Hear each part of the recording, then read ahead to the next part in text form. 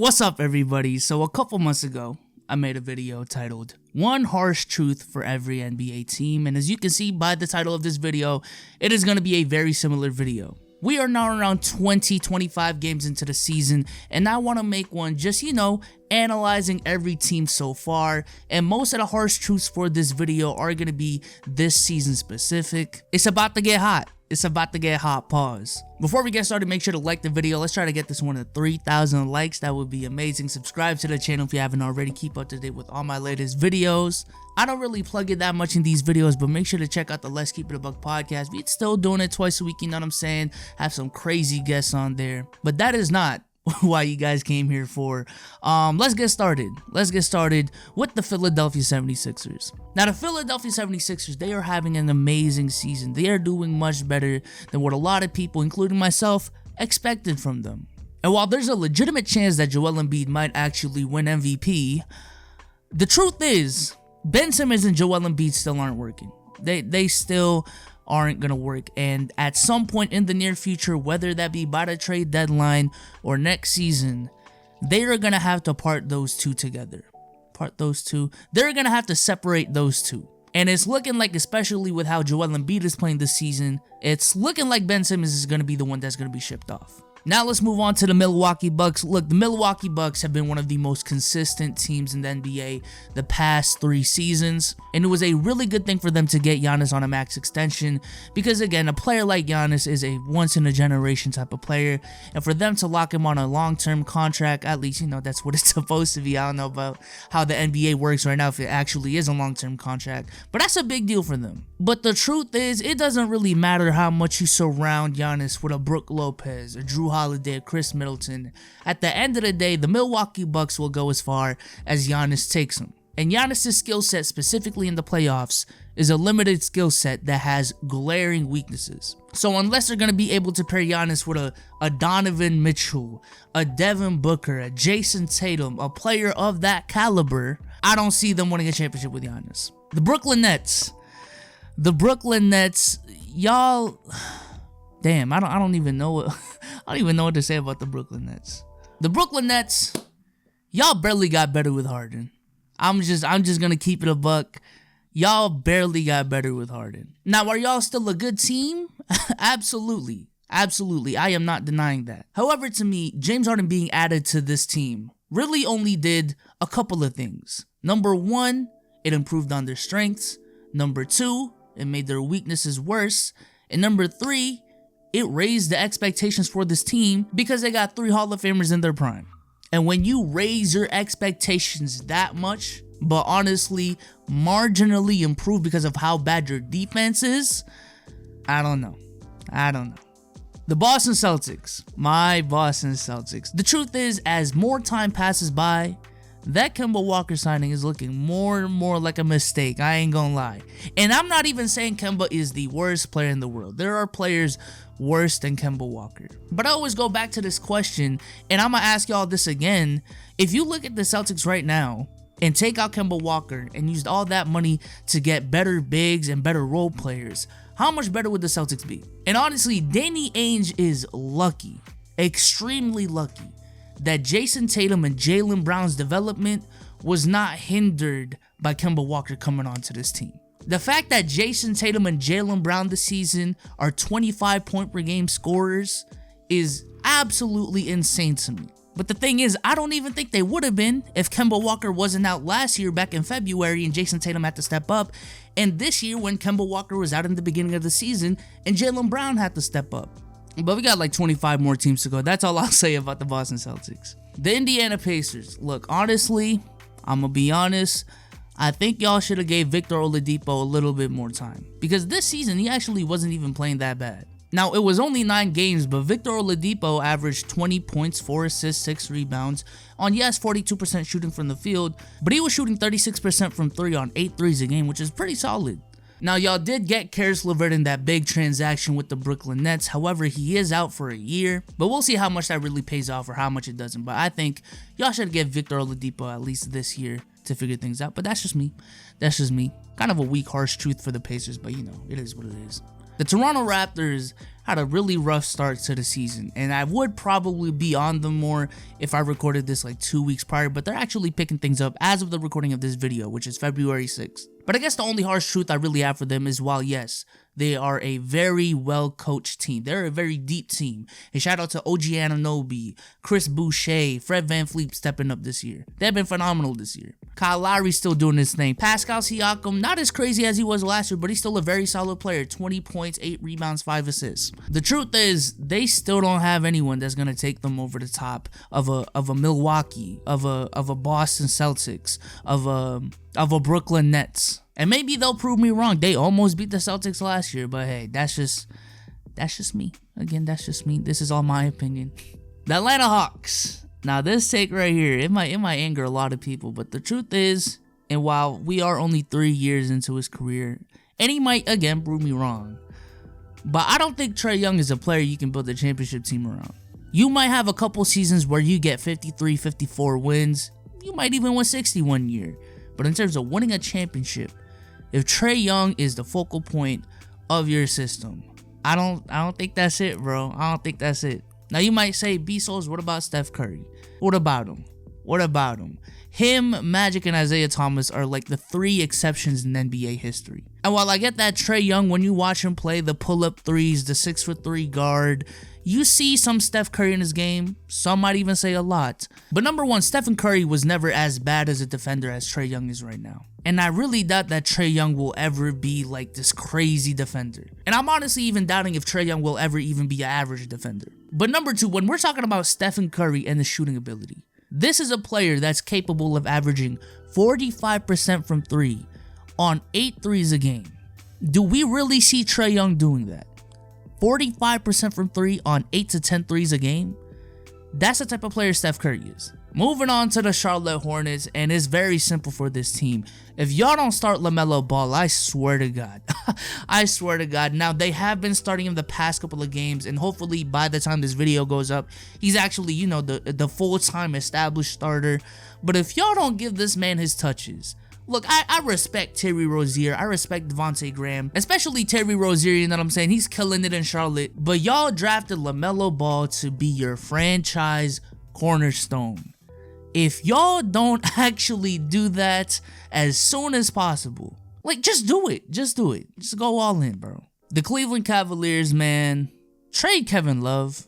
Please. Please, for the love of God. If Kevin Love wants to stay there, cool, I'm happy for him. But, you know, Kevin Love is still only 32. I still think he can give some good contributions to a contending team, even off the bench, maybe even as a starter, depending on how good he still really is. But free K-Love, man, free K-Love. The New York Knicks, man, the New York Knicks. Now, shout out to Julius Randle for the season he's having. Shout out to RJ Barrett. He's improved this year. Shout out to Emmanuel Quickly, you know what I'm saying? A little surprise prospect this year. And shout out to Obi Toppin, you know, he's been injured a lot so far this year. But the truth is, y'all still don't have that dude. I'm gonna be honest, y'all still don't have that dude that's gonna take y'all to at least the playoffs. If it's Julius Randle, it's an 8 seed max. The Orlando Magic. Now, shout out to Nikola Vucevic. He's having a really good season so far. Shout out to Evan Fournier. Honestly, one of the more consistent players in the NBA the past couple of years that really no one ever talks about. But the truth is, as long as those 2 players are your favorite players, not favorite, Jesus Christ, your best players, y'all aren't really gonna do any damage. I'm sorry. I'm sorry. It is what it is. Now, the Chicago Bulls. Now, the Chicago Bulls, they're a franchise that has a lot of, you know, promising young players that still have potential in the league. But the truth is, at some point in the next year or so, if 2 of those players, let's just go with one. If one of those players don't actually take that next leap, not just, you know, 2 more points a game, but an actual leap to help Zach LaVine turn this team into a playoff team, y'all gotta start trading some of your young players for a more established player in the league. Y'all got Kobe White, Lauri Markkanen, Wendell Carter, Patrick Williams, and while individually it doesn't even look like they're playing well, at some point this core has to come together and win games. Y'all gotta win games at some point. I'm sorry. The Miami Heat, man, they have not been good this year so far. And that might be due to Jimmy Butler playing 10 games. I think that's a huge factor, actually. However, last year, y'all run to the finals. Might have been a fluke, I ain't gonna lie. Not taking away from the playoff run itself, y'all had a phenomenal playoff run last year, right? But in terms of sustainability and how that'll fare out for the next 2 to 3 years, I'm still taking the Bucks and the Nets and the Celtics over y'all for the next 3 years, despite y'all having pieces like a Tyler Hero, a Duncan Robinson, a Bam Adebayo, a Kendrick Nunn. I'm still taking those 3 for the next 3 years, I ain't gonna lie. The Washington Wizards, the harsh truth is y'all gotta trade Westbrook. And while yes, there's still some time for Russell Westbrook to turn it around the season to have a better season than how he started, the reality is at this point, y'all are gonna be lucky to make the 8th seed in the East. And while there is some time for Russell Westbrook to still turn it around, the reality is the ceiling of this team now is a 7th, 8th seed in the East if everything goes well. And after this year, Russell Westbrook has 1 more year on his contract until his player option kicks in. And if that is the case, what are we really waiting for next year? A 6 seed, a 5 seed? And for the love of everything good, especially for Bradley Beal, who looks like he's listening to Drake every single game. Don't think about it too much, head ass. Please, while their value is still high, and it'll really only go down from here as the Wizards lose leverage, please trade Russell Westbrook and Bradley Beal. Just do it. Detroit Pistons, the harsh truth is Blake Griffin is washed. And that is something that I don't like to say. But at 31 years old, Blake Griffin is not that good anymore. He is barely good because this season he is averaging 12 points, 5 rebounds, and 4 assists, shooting 36% from the field, 31% from 3, and 70% from the line. That's horrible. That is horrible. And that is all the teams for the Eastern Conference. But before we go on to the Western Conference, let's go ahead and give a shout out to the sponsors of this video, Skillshare. Skillshare is an online learning community where millions come together to take their next step in their creative journey. They have a lot of inspiring classes for creative and curious people on topics like illustration, design, photography, video, freelancing, and so much more. You can even learn web development if that's something you're interested in. They got everything, man, and I really do truly recommend this product. Now, for the people who have been tuning into this channel, y'all know I got a new camera, you know what I'm saying? And I've been on Skillshare actually looking at a class that teaches me more about how my camera works. More specifically, this class right here, Color Grading RAW versus Log in Film and Video by Fred Trevino. Talks about what dynamic range is, what log is, what raw is. Most of y'all probably don't know what I just said, but he does talk about that in detail in this class. It's curated specifically for learning, meaning there are no ads. They're always launching new premium classes so you can stay focused and follow wherever your creativity takes you, and is less than $10 a month with an annual membership. The first 1,000 people to click the link in the description will get a free trial of Skillshare Premium. But let's get back into it and talk about the Western Conference. The Utah Jazz. Let's start off with the Utah Jazz. The harsh truth about this team is that Rudy Gobert is overpaid. He is overpaid. While Rudy Gobert is still one of the best shot blockers in the league, I am not denying that. The reality is the value of just a rim protector in this league compared to what it was just 2 years ago is not as valuable as it once was. And the fact that they're paying this man $43 million in 2024-2025 is absolutely insane. And hopefully it works out. I mean, it is the Utah Jazz. They're small market teams. How many times are they going to have an opportunity to get a guy like Rudy Gobert? That's a fair argument to say. But nonetheless, Rudy Gobert is overpaid. The Los Angeles Lakers. Now, I'm going to be honest. It's hard to come up with a harsh truth for this team because they're favored to win the championship. And, you know, they're looking pretty nice. I ain't going to lie. The only real critique I really have for them, and this might be because they're being more system-oriented, trying to get everyone involved more, is Anthony Davis. He doesn't seem as impactful, at least offensively, as he was last year. In his first year in LA, Anthony Davis was putting up 26 points on 50% shooting from the field and 85% shooting from the line. And this year so far, that's gone down to 21.9 points a game.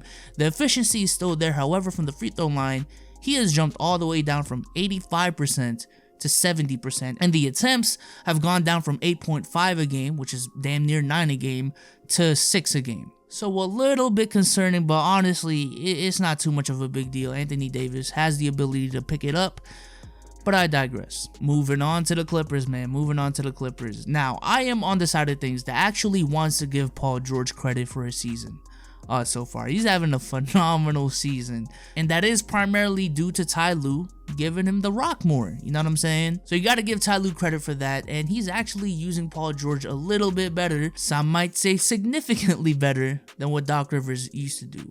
However, given these great statistics by Paul George and Kawhi specifically, and guys like Nick Batum shooting 47% from 3 so far, Marcus Morris shooting 45% from 3 so far, the reality is, especially with Paul George, more specifically with Paul George, is he's always been really good in the regular season. His regular season play has never been in question, for the most part, but it's always going to come down to the playoffs.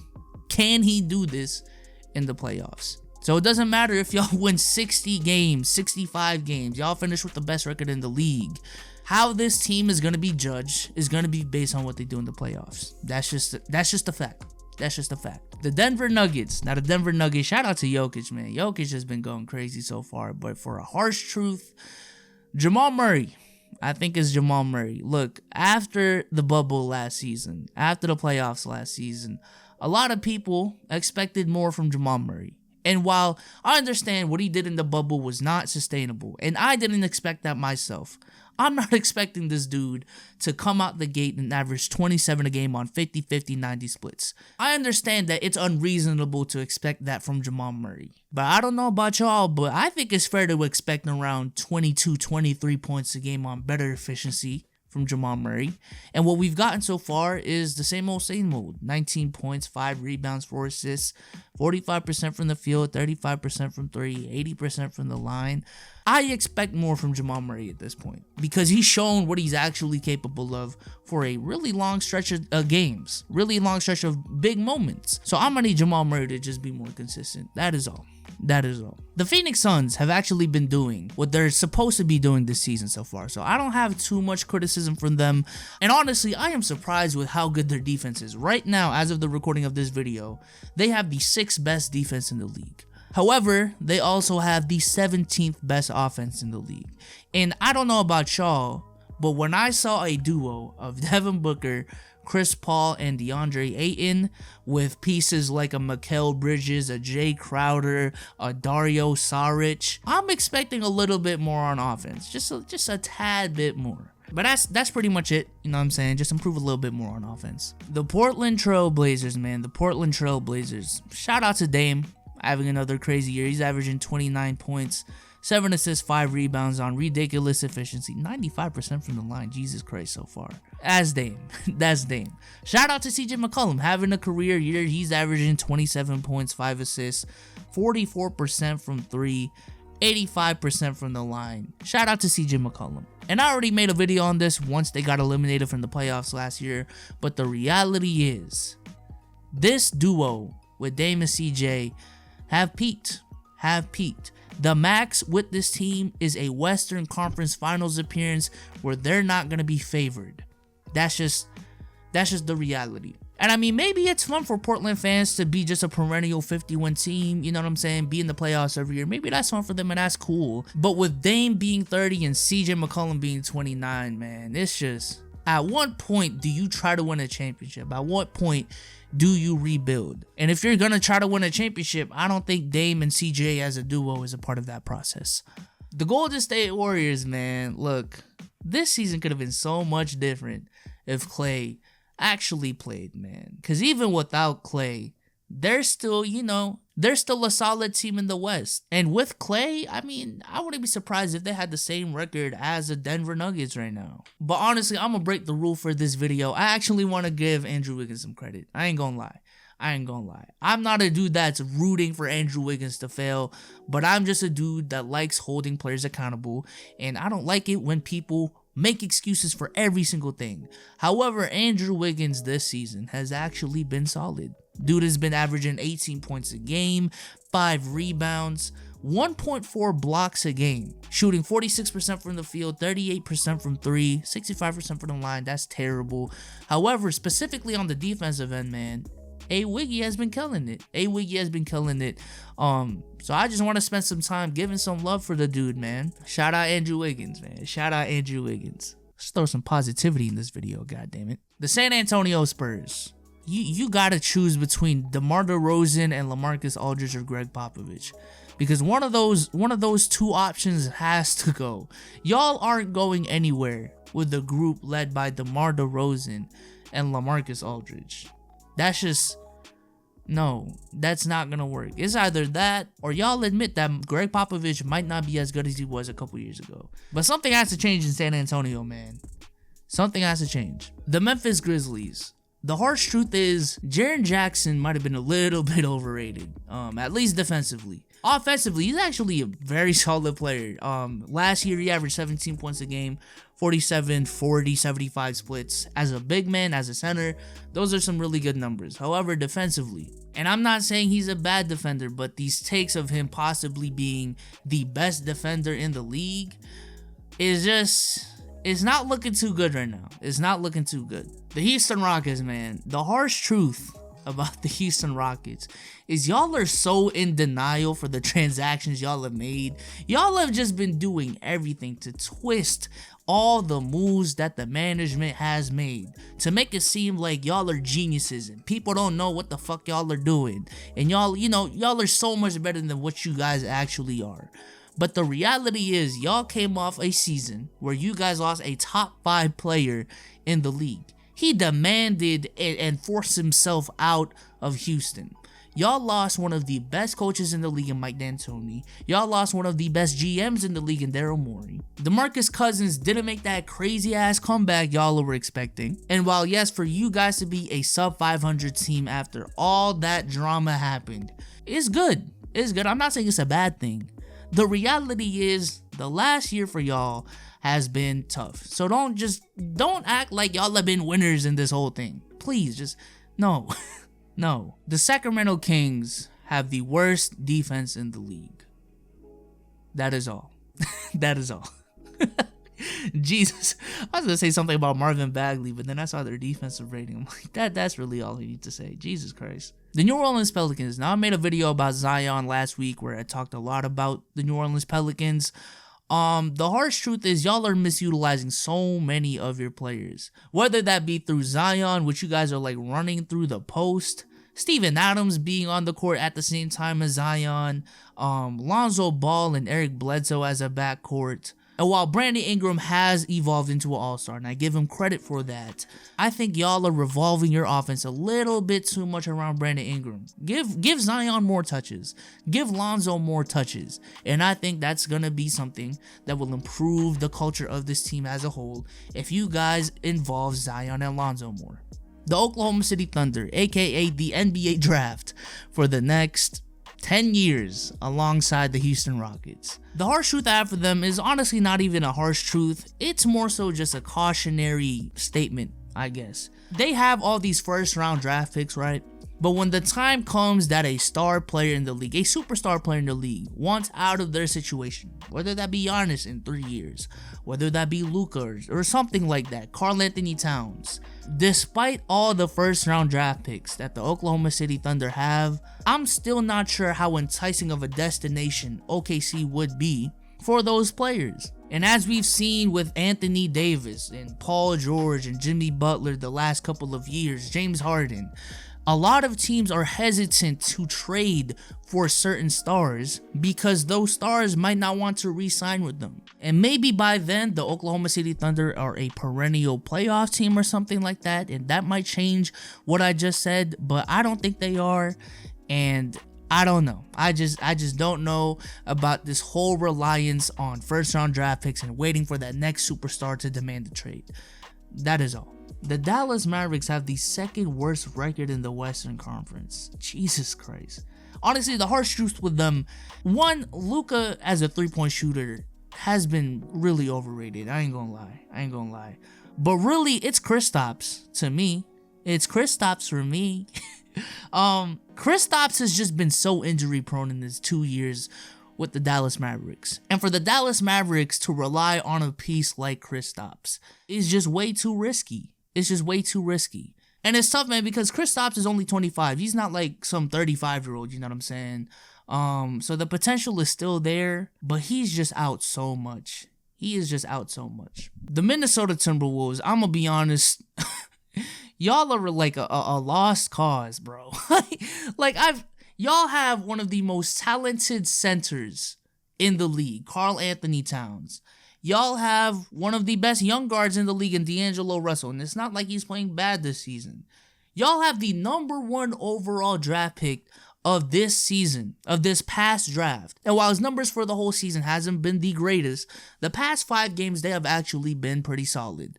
I tweeted it out, and again, this is as of February 6th, but the past 4 games, Anthony Edwards has been averaging 18 points a game on like 44, 45, 90 splits, with proper volume as well. Given all of these pieces, it's just like no one cares about y'all, bro. It's absolutely insane. There is something wrong about Minnesota, the Timberwolves as a culture that is stopping this team from taking that next leap. I don't think it's a player problem. It might be coaching. It might be something bigger than that. But my God, is the culture in Minnesota. Do y'all have a culture? Like, when you think about the Timberwolves, what do you think of? A great defensive team, a great offensive team? The answer is neither, because right now they have the 2nd worst offense in the league and the 6th worst defense in the league. Gee, they have the worst net rating. Oh my. The Timberwolves, man. But yeah, man, if you liked the video, leave a like on the video. Subscribe to the channel if you haven't already. Watch this video right here where I rank the last 20 NBA seasons tier list style, you know what I'm saying? But with that being said, I'm out. Deuces.